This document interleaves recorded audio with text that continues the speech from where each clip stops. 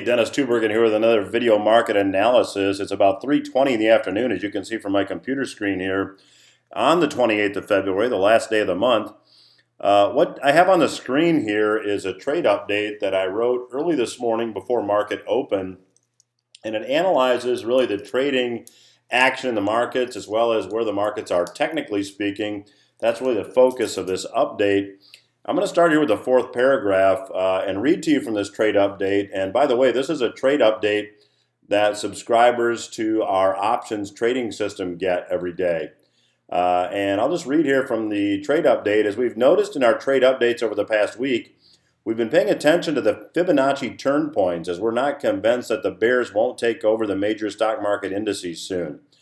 The Dow, the S&P 500, and the Russell are all at critical points on the daily price chart. Should a decline start in these indices, our analysis has us thinking it could be from somewhere in this area.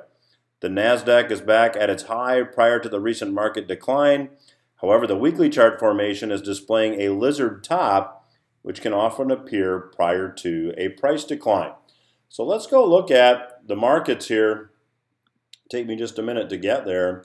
But I've got now a chart on the screen of the Nasdaq market. And let me just share with you what this lizard top actually means. Once my computer adjusts here, let me just highlight this weekly chart. And you see here this last bit of action here. This is a weekly chart. Every week in the market is represented by one of these bars. The up weeks in the market are represented by the green bars. The down weeks are represented by the red bars. This is a Japanese candlestick chart. Those of you that have been watching the market updates here are very familiar with this.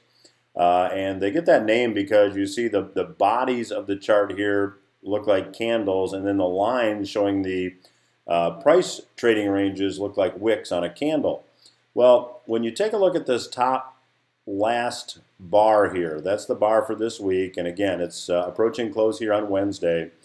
You see it's a small body, but you see that there's this significant wick coming off the top.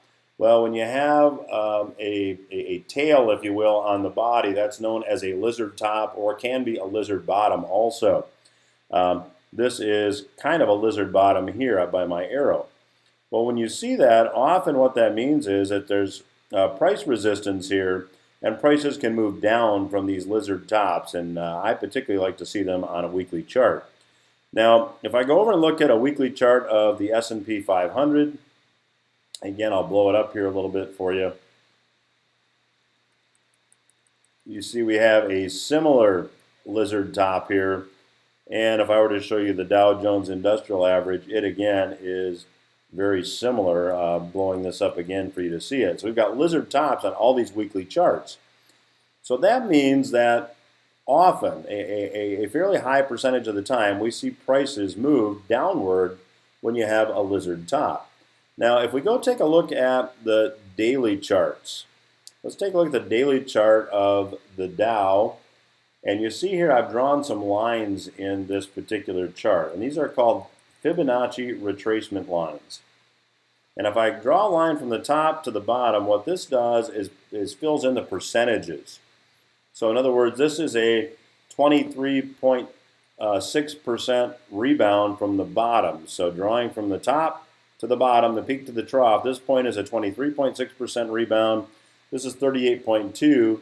This is 50. This is 61.8. This is 76.4. If prices are going to rebound, those are often good turning points. And if you take a look at the Dow, we saw a pullback here at the 76.4% line. I was writing in the trade update earlier that we had to see, I thought, the Dow get to greater than 25,841 in order to see this market potentially turn back to the bullish side. At least the past couple days, and admittedly it's early, we see the market now turning back from this turn point. That's pretty typical market behavior. If you look at the S&P 500, going again top to bottom, you see that this is even more perfect at the 76.4% turn point. So again, taking signals from a daily chart is not as effective as taking signals from a weekly or a monthly chart. However, based on what we see here preliminarily, we could be seeing more potential downside here in the market. So I would be certainly taking a great deal of care to protect my open stock positions. I'd be using trailing sell stops to limit the losses that I might experience from this point on. That's today's video market update.